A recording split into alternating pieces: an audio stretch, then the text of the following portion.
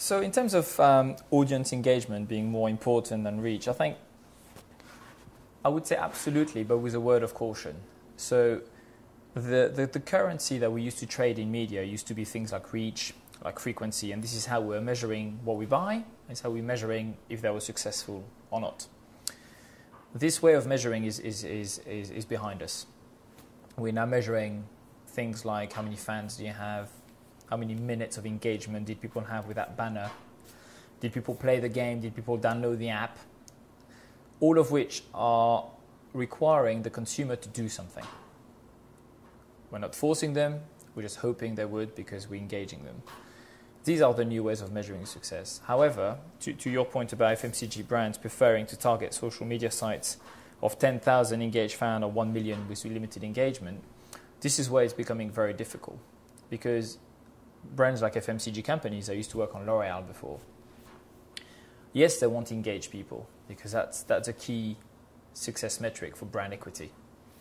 The more you engage people, the more likely the people are going to be loyal, they're going to be coming back to your brand, and they're going to be talking positively of that brand to their friends. So you want it to engage people. But if L'Oreal was to spend £10 million on a campaign and they only get 10,000 highly engaged fans, that would not be good enough for them. They are trying to sell millions and millions of bottles of shampoo on a monthly basis. So delivering very engaged, tight niche audience would not be good enough. So it's about how to deliver, engage, if you like, consumers, but at scale. And the idea of scale is absolutely crucial in everything we do. It's not good enough for most. Of course, we have brands that are after.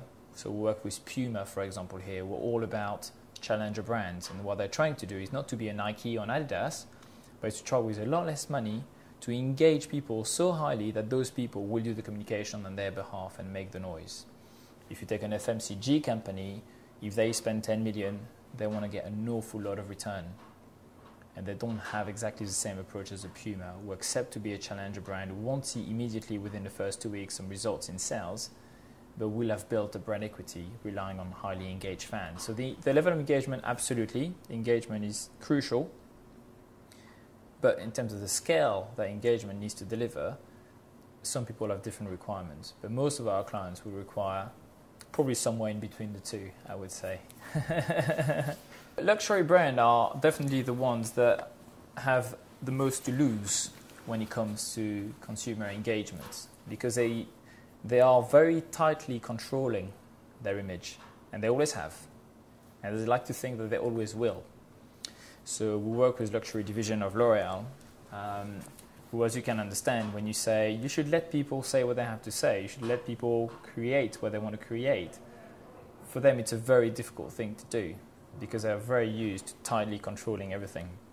So for them it's the most difficult thing to do, absolutely.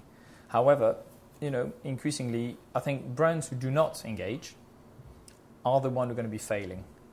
You can refuse to engage 1 year, 2 year, 3 year, but you're going to find yourself so behind, because consumers are really what make a brand successful or not how good the product sometimes might be. That product might be good, but if everybody talks negatively about it, the chances of it being successful is very small, because people rely on their friends' recommendation, or even on people they've never met, but they're going to read their recommendation on a blog. That is equally important, if not more important, than any advertising campaign you're going to try and do to compensate that negative noise. So engaging is crucial, whether you work in luxury or FMCG. Not engaging is the biggest mistake brands can make.